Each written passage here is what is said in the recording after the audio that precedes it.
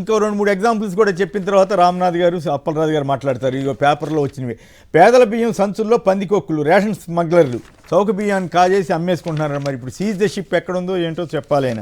Network ఆసుపత్రులకు సర్కార్ ఢోకా, Aarogyasri pending బకాయిలు ఓటీఎస్ చేస్తామని అక్టోబర్లో ప్రకటన. ఇప్పుడు ప్రభుత్వ షూరిటీ లేకుండా నేరుగా ఆసుపత్రులకు రుణాలు ఇప్పిస్తారట. ఆసుపత్రులకు రుణాలు ఇప్పించేదానికి ఆరోగ్యశ్రీకి సంబంధం ఏంటి?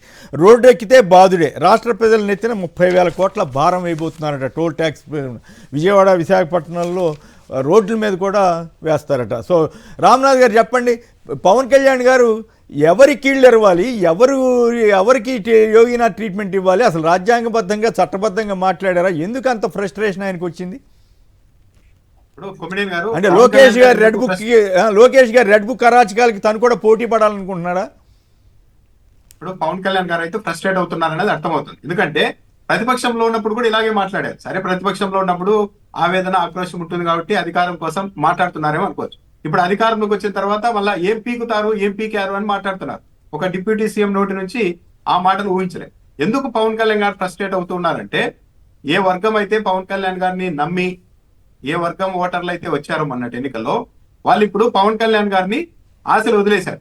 పవన్ కళ్యాణ్ ఇక ఏమాత్రం ముఖ్యమంత్రి క్యాండిడేట్ కాదు, 15 ఏళ్ల పాటు తెలుగుదేశం పార్టీతో ఆయన అనుబంధంగానే పనిచేయబోతున్నారని అర్థమైన తర్వాత ఆ వర్గాల వాళ్ళు ప్రత్యేకంగా ఏర్పాట్లు చేసుకుంటూ ఉన్నారు. తమ రాజకీయ ఎజెండాను సొంతంగా నిర్ణయించుకొని, సొంతంగా మీటింగులు పెట్టుకొని ముందుకెళ్ళడానికి ప్రయత్నాలు చేస్తూ ఉన్నారు. ఇది పవన్ కళ్యాణ్ గారికి పెద్ద దెబ్బ. ఆ వర్గాలు పక్కకి వెళ్తే ఇక పవన్ కళ్యాణ్ గారు జీరో అవుతారు. అప్పుడు తెలుగుదేశం పార్టీ కూడా పవన్ కళ్యాణ్ కి ఇక రెస్పెక్ట్ ఇచ్చే పరిస్థితి ఉండదు. దాంతో కావాలని వైఎస్ఆర్సీపీ వాళ్ళ మీద సందర్భం ఉన్నా లేకపోయినా సరే అనుచితంగా మాట్లాడి వాళ్ళని రెచ్చగొట్టి, వాళ్ళు మళ్ళా ఇన్ని తిరిగి మాట్లాడితే, చూసారా నన్ను ఇలా మాట్లాడుతున్నారు వైసీపీ వాళ్ళని చెప్పి తానే సెంట్రిక్ గా మొత్తం వ్యవహారం నడవాలి అన్న ఒక ప్రయత్నం పవన్ కళ్యాణ్ గారు చేస్తూ ఉన్నట్టుగా ఉంది. అంటే వైసీపీ వాళ్ళని రెచ్చగొట్టడం కోసమే ఆయన చేస్తూ ఉన్నారు. ఒక ప్రజాస్వామ్య దేశంలో మేము చేతుల వాళ్ళు వేలిముద్రలు అరిగేలా పడతాం అని చెప్తూ ఉన్నారు డిప్యూటీ సీఎం గారు. అంటే ఇంతకు మించి దిగ్భ్రాంతికరమైన అంశం ఏముంటుంది? యోగి ట్రీట్మెంట్ కావాలి అంటున్నారు. యోగి ఆదిత్యనాథ్ గారు బుల్డోజర్ కి ఫేమస్. ఆయన నేరస్తుల మీద వాళ్ళ మీద బుల్డోజర్ పంపిస్తూ ఉన్నారు. కానీ విజయవాడలో ఎవరి మీద పంపించారు? ఏపీ ప్రభుత్వంలో 42 సామాన్యుల ఇళ్ల మీదకి పంపించారు, కూల్చిపడేశారు. గతంలో రోడ్ల విస్తరణలో కాంపౌండ్ వాళ్ళ జోలికి వెళ్తేనే పవన్ కళ్యాణ్ గారు కారు మీద పైకెక్కి గోల చేశారు. మరి ఈరోజు పక్కనే 42 ఇళ్లని, అది కూడా ఏంటి, సుప్రీంకోర్టులో మరో 3 గంటల్లో విచారణకు వస్తుంది, దయచేసి ఆగండి అని అక్కడున్న అధికారులని, పోలీసుల్ని కాళ్ళ వేళ్ళ పడినా సరే కనికరించకుండా 42 ఇళ్లను నేలమట్టం చేసి వాళ్ళని రోడ్డు మీదకి తెచ్చారు కదా. మరి ఇది యోగి ఆదిత్యనాథ్ పాలన? మరి దీనికి సమాధానం ఏం చెప్తారు పవన్ కళ్యాణ్ గారు? చాలా కన్వీనియంట్ గా పవన్ కళ్యాణ్ గారు మాట్లాడుతూ ఉన్నారు. పవన్ కళ్యాణ్ గారు నిజంగా తాట తీయాలి, తొక్క తీయాలి, చేతుల్లో అరచేతులు అరిగేలా కొట్టాలి అనుకుంటే ఎవరిని కొట్టాలి? తిరువూరు ఎమ్మెల్యే చెప్పారు, తెలుగుదేశం పార్టీ ఎంపీ భద్రాచలం నుంచి గంజాయి బ్యాచ్ని తెచ్చి బలవంతంగా నా నియోజకవర్గంలో గంజాయి అమ్మిస్తున్నారు. ఎంపీ అంచర్లు చెప్పారు, ఆ ఆఫీసే నడిపిస్తున్నారని. మరి వాళ్ళ మీద ఏమైనా చర్యలు తీసుకున్నారా? 33,000 మంది మహిళల్ని ఎత్తుకెళ్లారు, ఎక్కడికో పంపించేశారన్నారు. దానికి కట్టుబడి ఉన్నారా? ఇప్పుడు దాని మీద కదా తాట తీయాల్సి ఉండేది. ప్రతిపక్షాన్ని తాట తీయమని కాదు అధికారం ఇచ్చింది, నేరస్తుల్ని, క్రిమినల్స్ ని తాట తీయమంటే ఊరికి 4 బెల్ట్ షాపులు ఉన్నాయి. మరి చంద్రబాబు నాయుడు గారి దగ్గరికి వెళ్ళి ఏంటి చంద్రబాబు నాయుడు గారి బెల్ట్ షాప్ లో వ్యవహారం ఏంది, ఇలా తాట తీయాలని అడగచ్చు కదా, అడగడం లేదు. నవంబర్ నెలలో క్యాబినెట్ భేటీలో పవన్ కళ్యాణ్ గారే స్వయంగా చెప్పారు, ఉత్తరాంధ్రలో భూ కబ్జాలు పెరిగిపోయాయి, డైరెక్ట్ గా అధికార పార్టీ నాయకులు జోక్యం చేసుకుంటూ ఉండడంతో అధికారులు కూడా ఏమీ చేయలేక చేతులు ఎత్తేశారు. మళ్ళీ మొన్న డిసెంబర్ నెలలో, ఈ నెలలో 3 రోజుల క్రితం మళ్ళా కలెక్టర్ల సమావేశంలో అదే అంశాన్ని ప్రస్తావించారు. అంటే ఎందుకు తాట తీయలేదు? ఇంకా నెల రోజుల ముందు నుంచి ఇంకా తాట తీయకుండా హెచ్చరికలు జారీ చేసుకుంటూ ఎందుకున్నారు భూ కబ్జాదారులని? మీ ప్రభుత్వంలోనే జరుగుతున్నాయని అంగీకరిస్తూ ఉన్నారు కదా. వీటికి కదా మీరు తాట తీయాల్సింది. కానీ వీటికి కాకుండా ప్రతిపక్షాన్ని మేము తాట తీస్తామని పవన్ కళ్యాణ్ గారు ఏ విధంగా చెప్పగలుగుతున్నారు? అంటే పవన్ కళ్యాణ్ గారు కేవలం వైఎస్ఆర్సీపీని రెచ్చగొట్టి తన ఫ్రస్ట్రేషన్ ని తగ్గించుకోవడానికి, తాను సెంట్రిక్ గానే ఏదో జరగాలి అని ఆయన కోరుకుంటూ ఉన్నట్టుగా ఉంది. కానీ ఇవన్నీ అయ్యే పని కాదు.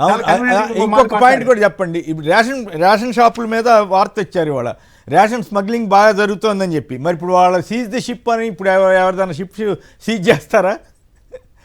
ఓ వీడియో చూపిస్తాను కొమ్మినేని గారు. ఈ రేషన్ మాఫియా అన్నది ఎవరు, ఎక్కడున్నారు అన్నది ముఖ్యమంత్రి చంద్రబాబు నాయుడు గారికి కూడా తెలుసు. చంద్రబాబు నాయుడు గారు చెప్పింది ఏంటంటే, ఈ ఒళ్ళు బలిపెక్కింది రేషన్ మాఫియాకి, నా దగ్గరకు వచ్చారు డీల్ మాట్లాడడానికి అని ముఖ్యంగా చంద్రబాబు నాయుడు గారే స్వయంగా చెప్పారు మే నెలలో. పబ్లిక్ మీటింగ్ లో. అంటే ఒక మాఫియా, రేషన్ మాఫియా, సార్ మీతో కూడా మనం డీల్ మాట్లాడుకుందామని వచ్చినప్పుడు అది కూడా ఏది నవ్వుతూ చెప్తున్నారు చంద్రబాబు నాయుడు గారు, నా దగ్గర కూడా రేషన్ మాఫియా వచ్చిందని గర్వంగా. నిజంగా ముఖ్యమంత్రి గారి దగ్గరికి రేషన్ మాఫియా వచ్చింటే ఏం చేయాలి? వెంటనే వాళ్ళని అరెస్ట్ చేయించి లోపల ఇచ్చి ఇగో ఫలానా వ్యక్తులు అని చెప్పాలి. అది చెప్పడం లేదు. చీజ్ ద షిప్ అని వెళ్ళారు పవన్ కళ్యాణ్ గారు. కానీ ఈ రోజు జరుగుతున్నది ఏంటి? నైట్ గ్రీన్ ఛానల్ పెట్టి మరీ తరలిస్తూ ఉన్నారంటే మంత్రి ఎవరు? జనసేన పార్టీకి సంబంధించిన వాళ్ళే. అయినా ఇవన్నీ మాట్లాడకుండా ప్రతిపక్షాల తాట తీస్తాం, తోలుగొలుస్తామని పవన్ కళ్యాణ్ గారు ఏ విధంగా అంటున్నారు? నక్సలైట్లతో కూడా పోల్చారు. నిజానికి నక్సలైట్లతో పోల్చారు కానీ పవన్ కళ్యాణ్ గారు నక్సలైట్ల అన్న సిద్ధాంతం, తుపాకీతో రాజ్యాధికారం అనేది కరెక్టా రాంగ్ అనేది పక్కన పెడితే, వాళ్ళైతే పేదల కోసం, పీడిత వర్గాల కోసమే పోరాటం చేశారు, దోపిడీ వర్గాలకు వ్యతిరేకంగానే పోరాటం చేశారు. ఇప్పుడు నక్సలైట్లతో వైఎస్ఆర్సీపీని పోల్చడం ద్వారా పవన్ కళ్యాణ్ గారు తాను ఏ పక్షం ఉన్నానో, దోపిడీ పక్షం ఉన్నారా లేకుంటే ప్రజల పక్షాన ఉన్నదా అన్నది ఆయనే స్వయంగా కాదుగా. ఇప్పుడు సనాతన ఉండొచ్చు, అప్పుడు చెగువీర చేసింది తుపాకీ పోరాటమే కదా. చెగువీర బొమ్మ పెట్టుకు తిరిగాడు కదా ఆయన ఆ రోజుల్లో. అధికారంలో ఉన్నా లేకుండా నేను ఇలాగే ఉంటానని చెప్పారు. లేదు, ఆయన అధికారంలో ఉన్న 2019 ఎన్నికల ముందు వరకు బీజేపీని అమ్మనాబూతులు తిట్టారు మాయావతి గారితో, కమ్యూనిస్టులతో కలిసి. విత్ ఇన్ 10 days లో కాషాయం ధరించి బీజేపీతో కలిసిపోయారు. ఎందుకు కలిసిపోయారు? ధైర్యవంతుడైతే సింగిల్ గా పోరాటం చేయాలి కదా. Right, okay. పేరయ్య గారు టంగుటూరు నుంచి సంక్షిప్తంగా. సార్, ఇప్పుడు నిన్న మంగళగిరిలో ఒక మైనర్ బాలికని 4 మానభంగం చేస్తే దాని గురించి జనసేన గాని కూటమిలో ఎవరు పట్టించుకున్నారు లేరు. ఓకే. అలాగే సత్యనపల్లిలో నిన్న యాసిడ్ పోస్తా అని చెప్పేసి ఒక అమ్మాయిని బెదిరిస్తా ఉంటే ఎవరైతే అమ్మాయిల మీద జోలికి వస్తారో ఇదే కడా రోజు అని చెప్పి ఆ రోజు చంద్రబాబు నాయుడు మీటింగ్ చెప్పారు కదా. ఇక్కడ గ్రౌండ్ లెవెల్లో జనసేనకు మా ప్రకాశం జిల్లాలో కూడా ఎక్కడ వాల్యూ లేదు సార్. వాళ్ళని పిలిచేది లేదు, వాళ్ళని పార్టీకి. బాలినేని శ్రీనివాసరెడ్డి గారు బ్యాలెన్స్ అయిపోయారంట. అక్కడ బాలినేని శ్రీనివాసరెడ్డి గారి పరిస్థితి ఎంత ఘోరంగా ఉందో అన్న దాని మీద వార్తలు వస్తున్నాయి రకరకాలుగా. వాసన్న మేము వైసీపీలో ఉన్నప్పుడు ఆయన ఒక వెలిగాడు. ఇప్పుడు ఆయన కనీసం ఆయన ముఖం చూపించడానికి ఒంగోలు కూడా రావట్లేదు కదా. రైట్, ఓకే అండి, ధన్యవాదాలు. ఇక అప్పలరాజు గారు చెప్పండి, పవన్ కళ్యాణ్ ధోరణి ఎట్లా ఉంది? ఈ పరిస్థితి ఏంటి? మీరంతా కీళ్ళు ఎరగొట్టించుకోవడానికి సిద్ధంగా ఉండాలా, లేకపోతే ఆయన నేరాలు చేసే వాళ్ళని, గంజాయి వ్యతిరేక ఉద్యమం గారిని నచ్చ చేసే వాళ్ళని కాకుండా వైసీపీ వాళ్ళని తిడతాడేంటి ఆయన? ఇప్పుడు 2 విషయాలు కేఎస్ఆర్ గారు. జగన్మోహన్ రెడ్డి గారు ఒక ర్యాలీ చేసినప్పుడు, ఏదో ఒక పరామర్శకు వెళ్ళినప్పుడు ఆయన కూడా ఆయన చేయించినటువంటి ర్యాలీ కూడా కాదు. డిఫాల్ట్ అభిమానులు ఆయనతో పాటుగా ర్యాలీగా బయలుదేరిన సందర్భంలో ఒక ఉత్సాహవంతుడు ఎవరో రప్పా అని చెప్పి ఒక ఫ్లెక్స్ పెట్టుకొని వాడు వెళ్ళినాడు. దాన్ని ఇప్పటికీ కూడా ఈనాడులోను, ఆంధ్రజ్యోతిలోను, టీవీ5లోను ఎంటైర్ ఈ తెలుగుదేశం ఈ వ్యూహకర్తలు లేదా తెలుగుదేశం పార్టీకి చెందిన మేధావులు అందరూ కూడా ఇదిగో జగన్మోహన్ రెడ్డి గారు మళ్ళీ వస్తే రప్పా అట, వీళ్ళు ఎలా తయారయ్యారో చూడు, ఎంత రౌడీలు గూండాలు అని చెప్పి ఇప్పటికే మాట్లాడుతూ ఉంటారు. నాకు అర్థమవుదండి. లోకేష్ గారేమో ఇంకా రెడ్ బుక్ తెరిచే ఉంది, వాళ్ళ సంగతి ఎప్పుడు చూడాలో నాకు బాగా తెలుసు. దాని మీనింగ్ ఏంటి సార్? అది పవన్ కళ్యాణ్ ఏమో యోగి ఆదిత్యనాథ్ ట్రీట్మెంట్ ఇస్తాము అంటే ఏంటి సార్ దాని మీనింగ్? అంటే ఇవన్నీ రప్పకు మించిన డైలాగ్లా, రప్ప కంటే తక్కువ స్థాయి డైలాగ్లా? ఇవి ప్రజలందరూ కూడా ఆలోచించుకోవాలంటే ప్రభుత్వంలో ఉన్నటువంటి వ్యక్తులు నేరుగా బెదిరించడం అన్నటువంటిది ఎక్కడా చూడం మనం. కానీ ప్రభుత్వాన్ని నడిపే వ్యక్తులే నేరుగా బెదిరించి మీ సంగతి చూస్తాము అన్నటువంటి బెదిరింపు మాటలు మాట్లాడి తిరిగి దాన్ని సమర్థించుకోవటం. రెండో విషయము, పవన్ కళ్యాణ్ గారు రౌడీలను బెండి తీస్తాము లేదా రౌడీలకి యోగి ఆదిత్యనాథ్ ట్రీట్మెంట్ ఇస్తాము అంటే ముందుగా ఆయన ట్రీట్మెంట్ ఇవ్వాల్సినటువంటిది తెలుగుదేశం పార్టీ కార్యకర్తలకు. ఇంచేదంటే ఈ రాష్ట్రంలో విచ్చలవిడిగా రౌడీజం చేస్తున్నటువంటి వాళ్ళు తెలుగుదేశం కార్యకర్తలు, అన్యాయాలు చేస్తున్నటువంటి వాళ్ళు, హత్యలు చేస్తున్నటువంటి వాళ్ళు, మానభంగాలు చేస్తున్నటువంటి వాళ్ళు, హత్యాయత్నాలు చేస్తున్నటువంటి వాళ్ళు, లేకపోతే ఈ భూదందాలు చేస్తున్నటువంటి వాళ్ళందరూ కూడాను తెలుగుదేశం కార్యకర్తలు, నాయకులే. స్వయంగా పవన్ కళ్యాణ్ గారు అది ఒప్పుకున్నారు కూడా. ఇదిగో అధికార పార్టీ నాయకులే ఇంటర్ఫీరెన్స్ అయ్యి భూదందాలు, భూగొడవలు చేస్తున్నారు అక్కడ ఉత్తరాంధ్రలో అని. అలాంటి వాళ్ళందరి మీద పీడీ యాక్ట్లు పెడతామని చెప్పి మొన్న చంద్రబాబు గారు చెప్పారు. అంటే వీళ్ళు మాట్లాడే మాటలను వీళ్ళే కన్సిడరేషన్లోకి తీసుకోరా?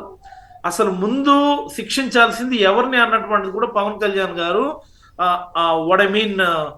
చెప్పాల్సినటువంటి అవసరం ఉంది. బట్ వీటన్నిటిని పక్కన పెడితే మొన్న ఆయన మాట్లాడే మాటలకి ఒకే ఒక కారణం అని నేను అనుకుంటున్నాను. ఈ కమ్యూనిటీ అటెన్షన్ ఇవన్నీ పక్కన పెడితే గత కొద్ది నెలలుగా ఆయనకి మీడియాలో స్పేస్ తగ్గిపోయింది బాగా. పవన్ కళ్యాణ్ గారు డెలిబరేట్ గా తెలుగుదేశం పార్టీ వాళ్ళు, ఎల్లో మీడియా వాళ్ళు స్పేస్ ని డెలిబరేట్ గానే తగ్గించారు. వాళ్ళు మరి ఎందుకు అనుకున్నారు ఏంటో తగ్గించారు.